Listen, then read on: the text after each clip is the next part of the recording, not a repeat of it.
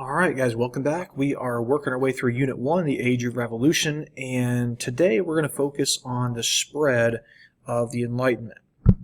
So in our last video we talked about what the Enlightenment was, these new ideas about reason and logic, rationality. We're not going to focus so much on religion, and it also sparked new ideas about how government should interact with its people and how government should be formed in the first place. So now we're going to take those ideas, and in this section we're going to simply spread those across Europe and eventually around the world. So let's do that. We're going to describe the causes and effects of the spread of the Enlightenment in this section. So our first question is very simple. Well, how would the Enlightenment spread in the first place? So how do you think Enlightenment ideas would spread? How would you spread ideas about government and rights? How would they get around? Well, one of the ways that they spread is through these things called salons. Now, in this context, guys, salon has nothing to do with your hair. Salon is actually a French word that refers to a large room where people gather and they talk. Well, in these salons or rooms, philosophes, those French philosophers we've been looking at, they would gather and they would talk and they would discuss and they would exchange Enlightenment ideas. So Rousseau might pop in and you might talk about the social contract, or Rousseau might stop by and you guys might talk about separation of powers, or whatever the situation is. So in this case, Enlightenment ideas are spreading through word of mouth, through discussion.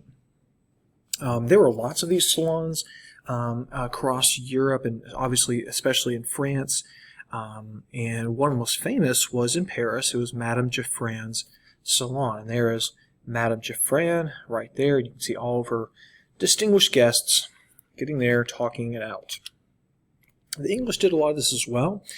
They tended to meet often in coffee houses, and so they would read, as this guy's here, he's reading a newspaper or some pamphlet or something, and they would sit and they would discuss politics and reason and logic and all the gossip of the day.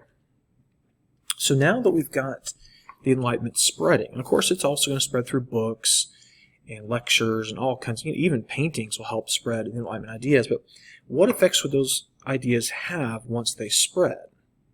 And one of those effects that we're going to look at definitely heavily in this unit in just a couple sections is this idea that people are going to begin to start to question the status quo. In other words, they're going to start to question the world around them in the way it's always been.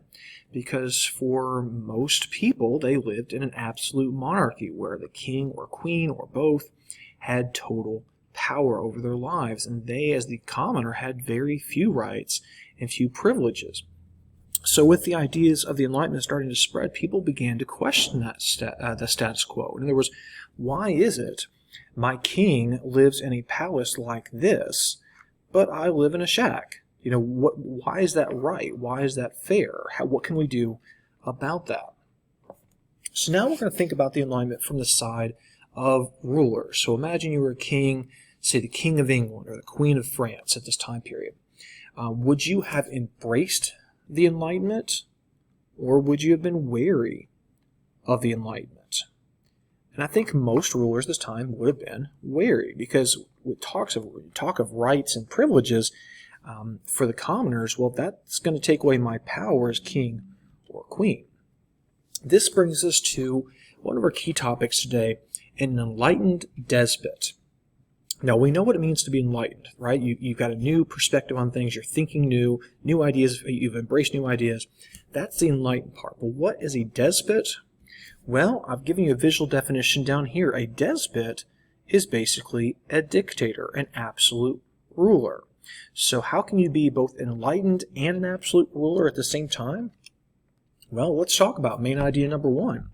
Enlightened despots were absolute rulers who were influenced by Enlightenment ideas to reform their countries.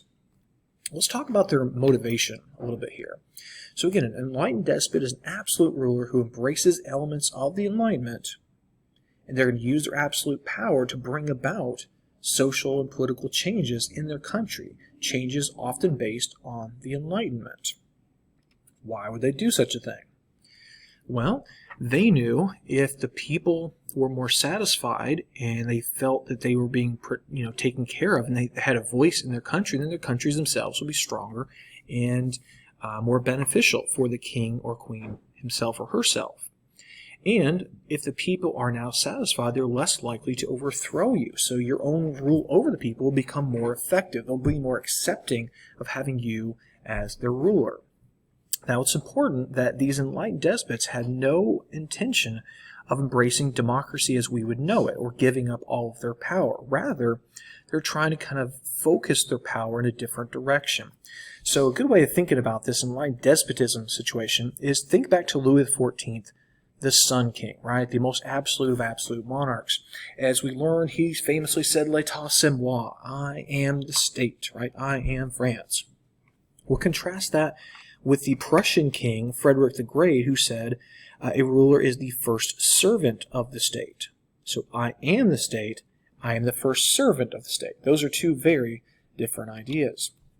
Speaking of Frederick II, or Frederick the Great of Prussia, this is a man who was deeply involved in the Enlightenment himself. He was a thinker, he was a writer, he loved music and painting. He was a very artistic kind of guy. This was something that did not fit well, though, however, with the rule of the place of an absolute ruler. At least that's the way most people thought. For example, his father was pretty much fed up with him. He wanted him to focus more on being a king and less on being, say, an artist. And there he is playing his flute. He was a pen pal with with Voltaire and other Enlightenment thinkers. Just a pretty interesting guy. Now, he and his father clashed, however, and at age 18, Frederick ran away. Now, he was eventually caught, and his father decided he had to teach his son a bit of a lesson here.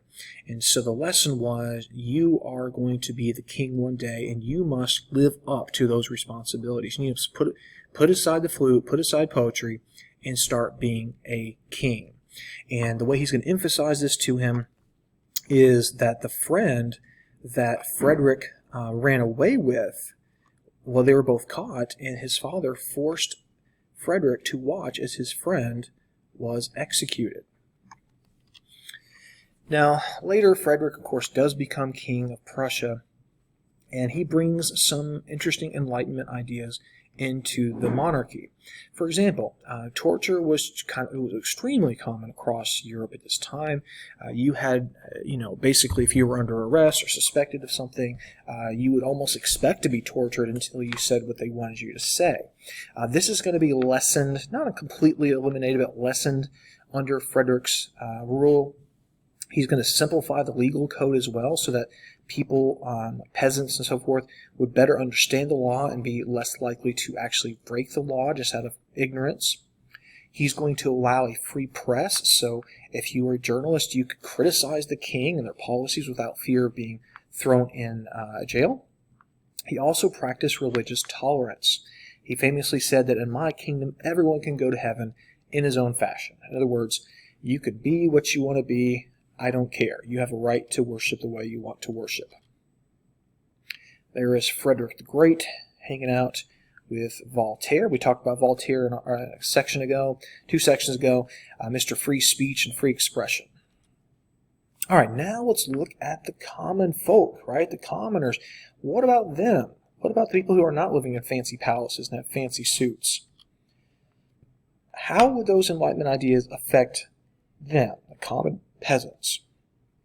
Well, in the short run, it doesn't really affect them a whole lot, because most of these people were, frankly, illiterate, and they had no idea what these ideas were because they weren't reading about these ideas.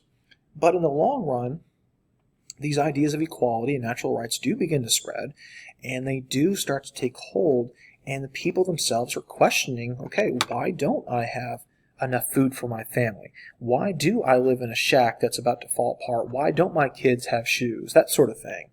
And so again, in the long run, the Enlightenment is going to spread ideas across Europe that will be difficult for these kings and queens to hold back. All right, our last topic we're going to look at today, we're going to do a little bit of art here with our main idea number 2. It's about neoclassical style. Neoclassical style reflected the Enlightenment's interest in ancient styles and learning. So let's get into this. Neoclassical means new classical, and classical refers back to the ancients, Romans, Greeks, and so forth. When you see neoclassical, you'll recognize it particularly with columns. That's kind of a big hallmark of neoclassical style. Lots of arches as well, domes. These are, again, elements of neoclassical because that's what the classics did. That's what Romans and Greeks did. So we're going to bring those back. And the reason this is happening is that Enlightenment thinkers looked back to ancient Rome and Greece with respect. They saw these people had accomplished great things. They had established democracies and republics, and they felt like they could learn from those lessons. They could learn from the ancient people and bring those ideas forward. So since there's an appreciation of their ideas, they also thought they would imitate their art in respect of that. A couple of examples here in Washington, D.C. Here's the Lincoln Memorial, and this, of course, is the U.S. Capitol building.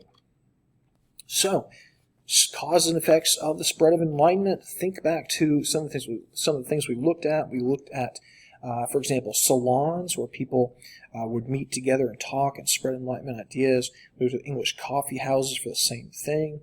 As far as effects, we looked at people questioning the status quo. We looked at the rise of the enlightened despot, which were kings and queens who had total power, but we're going to use that power to bring about reform. And we also look at neoclassical style, which is all about bringing back the style of ancient Romans and Greeks.